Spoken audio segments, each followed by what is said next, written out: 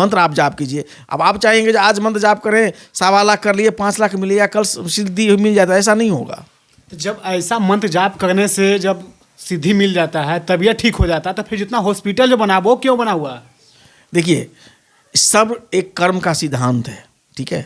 हमारे जितने भी धर्म कर्म से जुड़ा हुआ है। हॉस्पिटल का एक अलग है, धर्म का एक अलग है। जब हॉस्पिटल नहीं था तो क्या आदमी का बीमारी ठीक नहीं होता था? बहुत ही पद्धति है आदमी को समस्या ठीक करने का। योगा से भी ठीक होता है, दवा खाने से भी ठीक होता है, जिम करने से भी ठीक होता है। सनातन धर्म को लोग ऐसे टारगेट कर रहे हैं, इसमें एक तरह से देखा जाए तो बहुत सारी सामाजिक संस्थाएं हैं, बहुत सारे लोग नहीं चाहते हैं कि सनातन बहुत आगे जाए। देश में तरह तरह की लोग बात विवाद दे के अपने को चाहते हैं कि हम बहुत हाईलाइट हो और हमें लोग जाने। अरे तो लाइक्स और जानने के लिए ये सब करने की क्या ज़रूरत है? तुम अपने आप को, तुम्हारे अंदर वो क्वालिटी है तो उसको निखारो, लोग तुमको जानेंगे। जो देश के सर्वोच्च पद पे बैठते हैं, बड़े बड़े डॉक्टर हैं, उनके कामों से लोग उनको जानते हैं। आप विवादित बयान दे के आप चाहते हैं कि हमको पूरा देश जान जाए, तो ये तो गलत है।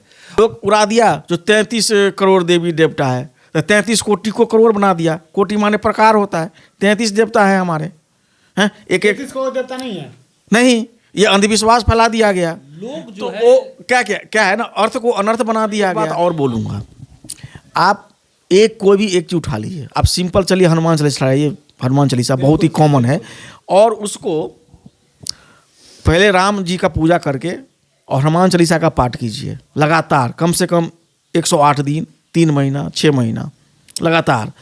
तब आप अपने अंदर में परिवर्तन देखिए, आपका स्वभाव में, गुण में, नेचर में, आर्थिक इनकम में, जो समस्या थी घर की, बाहर की, ऑफिस का, उसमें आपको बेनिफिट होता है कि नहीं। दूसरे कहने पर मत जाइए, धीरेन्द्र शास्त्री जी क्या कह रहे हैं, मैं क्या कह रहा हूँ, उस पर आप मत ध्यान दीजिए। कोई नेता क्या कह रहा है, कोई दूसरे धर्म का आदमी क्या कह रहा है, तब आपको मालूम चलेगा जो आपके धर्म शास्त्र में जो ग्रंथ दिए गए हैं, जो लिखा गया है, वो सही है या गलत है। नमस्ते, प्रणाम। हमारे साथ बातचीत करने के लिए पटना के जाने माने ज्योतिष आचार्य मनोज मिश्रा जी हैं, और पटना के सीनियर जर्नलिस्ट राजन उपाध्याय हमारे साथ बातचीत करने के लिए हैं। बागेश्वर धाम पे कई लोग सवाल उठा रहे हैं कि वो फर्जी हैं, अंधविश्वास है, कई बात ऐसे बता रहे हैं। उसी पे बातचीत दोनों से हम करेंगे कि क्या इसमें सच्चाई है। सबसे पहले आप दोनों का स्वागत है जी। नमस्कार, मैं पंडित मनोज कुमार मिश्रा। क्या कहेंगे बागेश्वर वाले बाबा पे? देखिए, बागेश्वर वाला जो बाबा जी हैं, धीरेन्द्र शास्त्री जी, वो अभी चर्चा का विषय पूरे भारतवर्ष में बने हुए हैं, और लोगों का कहना है जो है चमत्कार नहीं करते हैं, और चमत्कार के नाम पर जो है अंधविश्वास को फैलाते हैं। कैसे फैलाते हैं? जो ही व्यक्ति उनके पास जाता है उनका परिणाम बता देते हैं। मैं वही पे कहना चाह रहा हूँ। देखिए, अंधविश्वास और चमत्कार दोनों अलग अलग चीज़ है। अंधविश्वास वो होता है जिसको आप साबित नहीं कर सके, जो वैसे फेंक दिए और फेंक दिए, और चमत्कार का अर्थ है जो सामने में प्रकट हो जाए, जिस पर आदमी को भरोसा हो। अब क्या है, अंधविश्वास चमत्कार एक अलग सब्जेक्ट है। ये आध्यात्म से, धर्म से जुड़ा हुआ विषय है, जिसमें कुछ जो दूसरे धर्म के जो लोग हैं वो उनके विषय में अनाप शनाप अनर्गल बातें बोलते हैं, क्योंकि उनसे उनको कष्ट हो रहा है।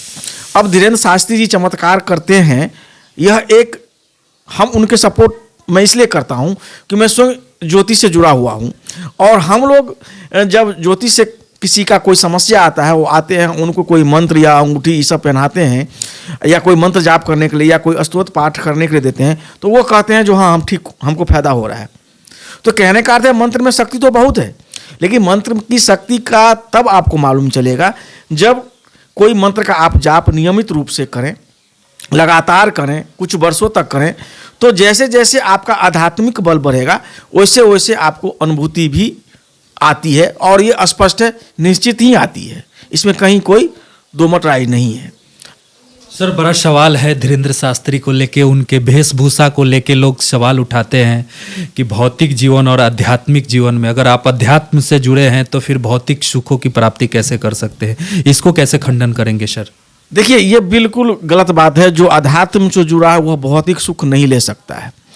भौतिक सुख उन पे डिपेंड करता है जो भौतिक सुख लेना चाहते हैं, और बहुत आदमी अध्यात्म में चले जाते हैं, त्याग करते हैं। अभी भी बहुत योगी ऋषि मुनि हैं जो हिमालय में तपस्या करते हैं। तो लोग ये कहना जो नहीं, माने ये सब चीज़ गलत है, गलत नहीं है। आप जाके रिसर्च करें, सर्च करें, उसके बाद आपको लगेगा जो गलत क्या है और सही क्या है। और जहाँ तक भौतिक सुख की बात है और आध्यात्मिक सुख, तो इसमें गलत क्या है? भौतिक सुख मिलता है, चार तो मैंने दिया हुआ है।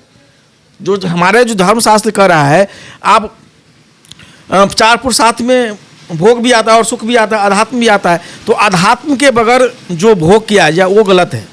भोग क्या करना है क्या नहीं करना है यह पहले देखना पड़ेगा। और जो आध्यात्मिक आदमी है उनको ज़्यादा मिलता है भगवान के कृपा से। कहा जाता है कि आगे ये सब जो कर रहे हैं दिखाने के लिए बस कर रहे हैं, नहीं बाकी बस अंदर उनके जैसे बहुत लोग बोलते हैं कि उनका टोपी जो है काफ़ी महंगा है, ऐसे इस टाइप का टोपी, उनका बातचीत करने का स्टाइल, इसको लेके भी लोग सवाल खड़े करते हैं कि कहीं ना कहीं ये सवाल बनता है कि ये चमत्कार है कि क्या है। इसको क्या खंडन कैसे करेंगे? मैं चमत्कार को खंडन नहीं करूँगा, क्योंकि उनको इस तरह की सिद्धि मिली हुई है। हमारे धर्मशास्त्र में 10 महाविद्याएं हैं, पंचांगुली साधना है, सुपनेश्वरी साधना है, काल ज्ञान साधना है। ये सब साधना क्या है? ये तो कर्म पिचासनी साधना है, ये सब जानता है, सब ग्रंथ लिखा हुआ है। करते हैं तो कहीं ना कहीं आप किसी के बारे में आप बता सकते हैं। साधना का अर्थ यही है। ये तो कोई भी कर सकता है, आम आदमी। हाँ, हम आम आदमी कर सकता है, लेकिन आम आदमी को जल्दी सफलता नहीं मिलेगा, सिद्धि नहीं मिलेगा। क्योंकि सिद्धि पंडित को कितना सफलता जल्दी मिलेगा? कैसे? देखिए, आम आदमी को नहीं मिलेगा। आम आदमी या पंडित ये अलग चीज नहीं है, दोनों सेम ही है। आम आदमी ही पंडित बनता है। हाँ। कोई पंडित कोई भगवान के यहाँ से स्पेशल माने उनका अवतार नहीं होता है।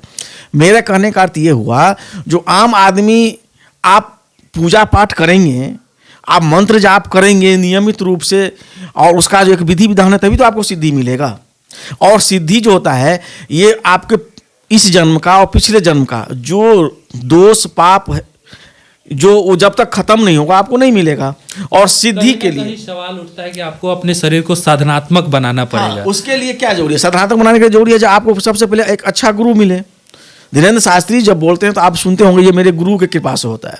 हाँ, अक्सर उनके बातों में होता है कि ये मेरे गुरु की बहुत बड़ी कृपा है। गुरु की कृपा है। बेगर गुरु का तो हो ही नहीं सकता है। तो प्रश्न ये है, जो आपको एक अच्छा गुरु तलाशना पड़ेगा, और एक अच्छा गुरु मिल जाए तब आपके जो वो बताते हैं मंत्र, उसके बाद मंत्र आप जाप कीजिए। अब आप चाहेंगे जो आज मंत्र जाप करें, 1.25 लाख कर लिए 5 लाख मिले या कल सिद्धि मिल जाता है, ऐसा नहीं होगा। तो जब ऐसा मंत्र जाप करने से जब सिद्धि मिल जाता है, तबीयत ठीक हो जाता है, तो फिर जितना हॉस्पिटल जो बना वो क्यों बना हुआ? देखिए, सब एक कर्म का सिद्धांत है, ठीक है। हमारे जितने भी धर्म कर्म से जुड़ा हुआ है। हॉस्पिटल का एक अलग है, धर्म का एक अलग है। जब हॉस्पिटल नहीं था तो क्या आदमी का बीमारी ठीक नहीं होता था? बहुत ही पद्धति है आदमी को समस्या ठीक करने का। योगा से भी ठीक होता है, दवा खाने से भी ठीक होता है, जिम करने से भी ठीक होता है। कहीं ना कहीं आप मानते हैं कि धीरेन्द्र शास्त्री जो कर रहे हैं बहुत अच्छा है, और वो बिल्कुल मतलब अपना जो भी मंत्र साधना है इससे लोगों को ठीक करते हैं। देखिए, मंत्र साधना से बिल्कुल समस्याएं दूर होती है, चमत्कार होता है, इसमें कहीं कोई डाउट नहीं है। जब हम लोग साधारण आदमी हैं, अपने आप को एक सिंपल एस्ट्रोलॉजर हम मानते हैं, जब हम लोगों को मंत्र साधना करते हैं तो अनुभूति होती है। बहुत लोग ऐसे हमारे क्लाइंट हैं, वो भी बोलते हैं जो फायदा करता है। तो कैसे हम माने धीरेन्द्र शास्त्री गलत बोल सकते हैं? धीरेन्द्र शास्त्री जी गलत नहीं है, वो बहुत अच्छा कर रहे हैं, और उनका जो प्रयोग है वो अद्भुत है, क्योंकि वो उसी चीज़ में जुड़े हुए हैं। वो सिर्फ भगवान से जुड़े हुए हैं, पूजा पाठ कर्म करते हैं। वो जो है सो अभी आध्यात्मिक तौर पे जुड़े हुए हैं। तो मनुष्य कर्म, आप लोग सब आदमी बोलते हैं कर्म आप कीजिएगा तो सफलता मिलेगा। तो जो जिस कर्म में है उसको सफलता मिल रहा है। आध्यात्म कर्म करे तो आध्यात्मिक सफलता मिल रहा है, भौतिक कर्म में भौतिक सफलता मिल रहा है।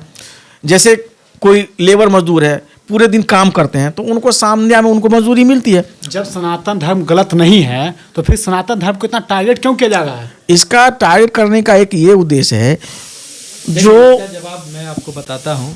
सनातन धर्म को लोग ऐसे टारगेट कर रहे हैं, इसमें एक तरह से देखा जाए तो बहुत सारी सामाजिक संस्थाएं हैं, बहुत सारे लोग नहीं चाहते हैं कि सनातन बहुत आगे जाए। देश में तरह तरह की लोग बात विवाद दे के अपने को चाहते हैं कि हम बहुत हाईलाइट हो और हमें लोग जाने। अरे तो लाइक्स और जानने के लिए ये सब करने की क्या ज़रूरत है? तुम अपने आप को, तुम्हारे अंदर वो क्वालिटी है तो उसको निखारो, लोग तुमको जानेंगे। जो देश के सर्वोच्च पद पे बैठते हैं, बड़े बड़े डॉक्टर हैं, उनके कामों से लोग उनको जानते हैं। आप विवादित बयान दे के आप चाहते हैं कि हमको पूरा देश जान जाए, तो ये तो गलत है। और सनातन आज से नहीं है, ये युगों युगों से चलते आ रहा है और ये चलेगा। दुनिया इसी पे टिकी हुई है। और दुनिया जो भी हमारा मतलब दुनिया में जो भी है अध्यात्म, भौतिक, ये सब कहीं ना कहीं हमारे सनातन से जुड़ा हुआ है। तो जो लोग इसका विरोध करते हैं कहीं ना कहीं वो खुद गलत है, इसलिए इसका विरोध करते हैं। मैं ये बोलूँगा जो आप सनातन पे तो आप देखिए शुरू से चोट हो रहा है। जब देश गुलाम थी तब से लेके अंग्रेज आप देखिए एकदम लिखित में है। अब यही नालंदा विश्वविद्यालय का बात कीजिए, कितने धर्म ग्रंथ को उन्होंने जला के खाक कर दिया। ये तो सनातन के ही लोग थे जो कि एक बच्चा खिलजी के नाम के थे, और उनको उन्होंने ठीक किया था। और सनातन के बारे में अंधविश्वास फैलाया गया बहुत, क्योंकि हमारे यहाँ में क्या है, लोग पढ़ नहीं रहे हैं, दूसरे के बातों पे ज्यादा विश्वास करते हैं। यही हो रहा है कि दूसरे के बात को हम सुन के और उसका कटाक्ष करते हैं। आप पढ़िए, लोग उड़ा दिया जो 33 करोड़ देवी देवता है, 33 कोटि को करोड़ बना दिया। कोटि माने प्रकार होता है, 33 देवता है हमारे हैं, एक 33 करोड़ देवता नहीं है। नहीं, ये अंधविश्वास फैला दिया गया। लोग जो तो है वो क्या है ना, अर्थ को अनर्थ बना दिया गया। अब अभी कुछ दिन पहले जो शिक्षा मंत्री जो दिए थे, अर्थ को अनर्थ, ढोल कमार शुद्ध पशु नारी सकल तारणा का अधिकारी, इसका अर्थ कुछ और, रामचरितमानस में उन्होंने कुछ और इंटरप्रेट कर दिया। तो ये आप कैसे बचेंगे? उनको पता ही नहीं उसमें मेरे कहने का अर्थ है, आप तभी बचेंगे जब आप पढ़ना अपने से पढ़ेंगे। आप अपने से पढ़िए, समझिए, तब आपको लगेगा जो कौन आपको सही रास्ता दिखा रहा है, कौन गलत रास्ता दिखा रहा है। तो यह सनातन धर्म पे तो शुरू से चोट हो रहा है। ये पढ़ने का विषय है, समझने का विषय है, तर्क करने का विषय है, संगत में बैठने का। वैसे लोगों के साथ संगति करना पड़ेगा, तब आपको अध्यात्म समझ में आएगा, सनातन समझ में आएगा। सनातन कितनी बड़ी ताकत है, इसको समझने के लिए अच्छे अच्छे तर्कशास्त्री के पास बैठिए, तब पता चलेगा। आप खुद अध्ययन कीजिए ना, आप रामायण उठाइए, पढ़िए, उसको उसके तह में जाइए। ये नहीं कि हम बस लोग पढ़ लिए हैं उसमें, अरे शब्द तो बहुत होता है ना, शब्द, एक शब्द से अनेक शब्द बनता है। मेरा सोच कैसा है, जैसा अगर आप अन्न खाते हैं वैसा आपका मन होता है। आप चिकन मटन खाते हैं तो उस समय वो भावना में आप चले जाते हैं। दही दूध खाते हैं तो उस समय आपका भावना दही दूध की तरह होता है। तो इसलिए आपको सबसे पहले अपने हृदय को साफ करना पड़ेगा। साफ करके तब आपको अंतर्मन से हर चीज़ को अध्ययन कीजिएगा, तब जाके आप सही दिशा में आइएगा, तब पता चलेगा कि सनातन क्या है। और मैं एक बात और बोलूँगा, आप कोई भी एक चीज उठा लीजिए, आप सिंपल चलिए हनुमान चालीसा, ये हनुमान चालीसा बहुत ही कॉमन है, और उसको पहले राम जी का पूजा करके और हनुमान चालीसा का पाठ कीजिए लगातार, कम से कम 108 दिन, 3 महीना, 6 महीना लगातार। तब आप अपने अंदर में परिवर्तन देखिए, आपका स्वभाव में, गुण में, नेचर में, आर्थिक इनकम में, जो समस्या थी घर की, बाहर की, ऑफिस का, उसमें आपको बेनिफिट होता है कि नहीं। दूसरे कहने पर मत जाइए, देवेंद्र शास्त्री जी क्या कह रहे हैं, मैं क्या कह रहा हूँ, उस पर आप मत ध्यान दीजिए। कोई नेता क्या कह रहा है, कोई दूसरे धर्म का आदमी क्या कह रहा है, तब आपको मालूम चलेगा जो आपके धर्म शास्त्र में जो ग्रंथ दिए गए हैं, जो लिखा गया है, वो सही है या गलत है, तब आपको मालूम चलेगा। तो आप स्वयं अनुभूति होगा आपको, आप करके देखिए। लोग कोई करता ही नहीं होता ही है ना। हम लोग चलते हैं बाइक पे या गाड़ी से, हम लोग कहीं चलते हैं, हम लोग को लगता है कि थोड़ा भय लगता है, तो हम लोग हनुमान चालीसा पढ़ते हैं। उस समय हमारे अंदर एक आत्मबल आता है। तो ये कहीं ना कहीं अध्यात्म का देन है कि जब हम हनुमान चालीसा पढ़ लेते हैं तो चलो कहीं रास्ते में जाते हैं तो लगता है हे हनुमान जी। जब आप अकेले होते, आप क्यों आराधना करते हैं, यानी कि आपके अंदर वो भगवान उस समय आ जाते हैं, आपके बातों को सुनते हैं और आप निडर बन जाते हैं। तो सवाल तो यही उठता है कि हे हनुमान जी बचा लीजिए।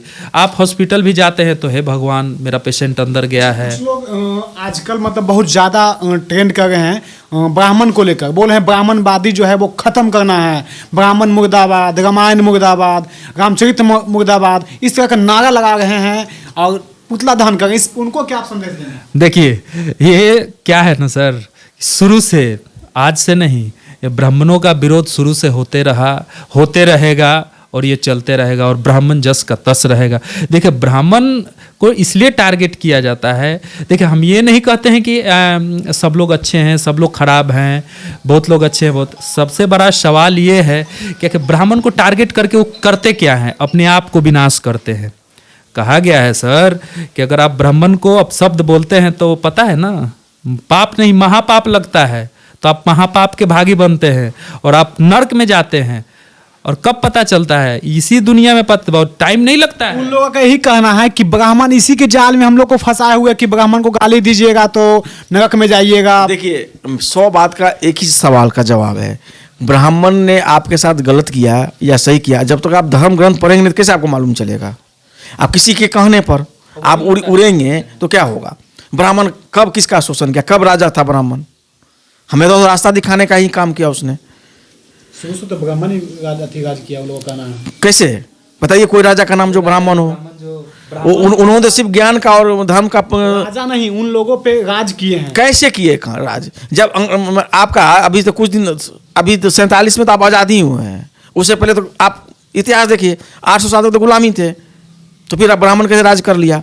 आज जब देश, हम एकदम प्रैक्टिकल बात बता रहे हैं, धर्म ग्रंथ की छोड़ के, आज जब देश आज़ाद हुआ तो आप देख लीजिए कौन आपके मुख्यमंत्री हैं, कौन आपके माने मंत्री हैं, प्रधानमंत्री इस हैं। पे भी सवाल उठाया जाता है तो कि कैसे जो गौरी ब्राह्मण गणेश जो बनाया जाता है गोबर को, ये क्यों बनाया जाता है? नहीं है, अमेरिका से जाके पूछिए ना सर, गोबर और गौमूत्र खरीदने के लिए कितने पैसा दे रहा है इंडिया को कि आपका जो गौमूत्र है और गोबर है मेरे को भेज दीजिए। ये बात तो अमेरिका से जाके पूछिए। अमेरिका यानी पागल है जो हमारे गौमूत्र को खरीदने के लिए इतना पैसा दे रहा है हमको?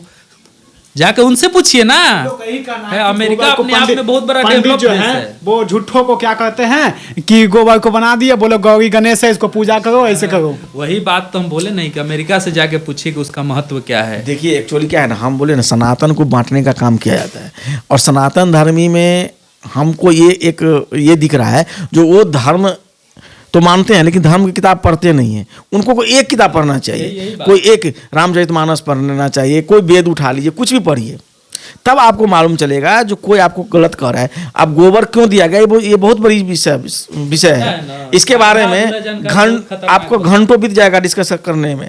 गोबर का महत्व इतना है, तो गोबर, और सबसे बड़ी बात है अब तो साइंस भी है, अब तो साइंस से साबित भी हो जाता है, तो उसमें आखिर क्यों बुलाता है?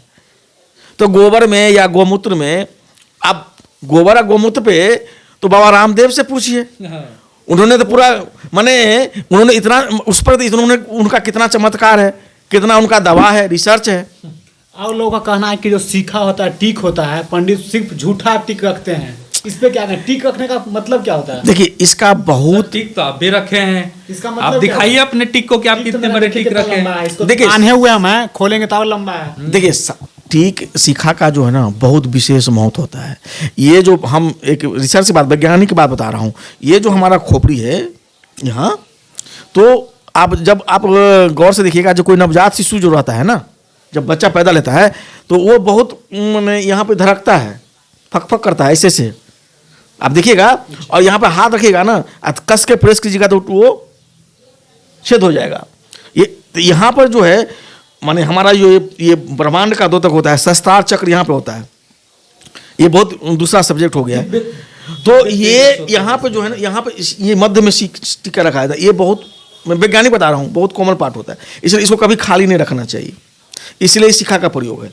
और ये जो है ना बहुत माने जो ये हम पढ़ रहे थे कुछ दिन पहले, जो ये रिसर्च में आया है, जो ये एक एंटीना का काम भी करता है, प्रकृति से आपको ये बैलेंस को बनाता है। तो ये जो इसको ढकने का माने प्रयोग किया जाता है, इसलिए सिक्का इसलिए रखा जाता है। यहाँ पर आप खाली रखते हैं तो ये आपको माने जैसे किसी को अचानक ब्रेन हेमरेज हो गया, ये स्ट्रोक मार दिया, उससे बचाता है। ये वैज्ञानिक जो टीक है, शिखा जिसको बोलते हैं, मैं जनों की भी बात बताता हूँ, हमारे शरीर के अंदर एक तेजस्विता पैदा करता है। हमारे शिखा हमारे शरीर के अंदर इतना तेजस्विता देता है, तेजस्विता में वृद्धि करता है शिखा। ये मेरा मानना है सर। ठीक बोलते हैं, सिर्फ ब्राह्मण को आना चाहिए, सबको आना चाहिए, हर कोई कर सकता है सर। अभी ब्राह्मण और क्षत्रिय अशूद्र का कहाँ सवाल आता है, सब तो एक ही है। देखिए मैं इस विषय करना चाहता हूँ, बहुत ही माने मार्मिक सब्जेक्ट है। लोग कहते हैं हिंदू धर्म में जो भी प्रयोग है सभी के लिए है। अब सनातन तो सभी है, पैदाइश तो सब सनातन है, तो ये सभी का प्रयोग है। हिंदू धर्म अशुद्ध पर मत जाइए, हम कर रहे हैं सनातन धर्मी में ब्रह्मा जी हुए हैं, ब्रह्मा जी 4 पुत्र पैदा किए हैं जिनका नाम था ये, अभी भी हाँ उन्होंने नाम रखा, उस टाइम नाम पड़ा इस तरह की। तो ये सब सबके पिता तो ब्राह्मण ही ब्रह्मा ही है। अभी भी आप गांव घर में जाइए, जो गरीब कमजोर हो जाता है तो वो समाज से कटता जाता है, उसका रहन सहन कमजोर हो जाता है। आप अपने धर्म के प्रति, अपने समाज के प्रति आप हटते जाएंगे तो आपका तो थोड़ा सा पतन होगा ही।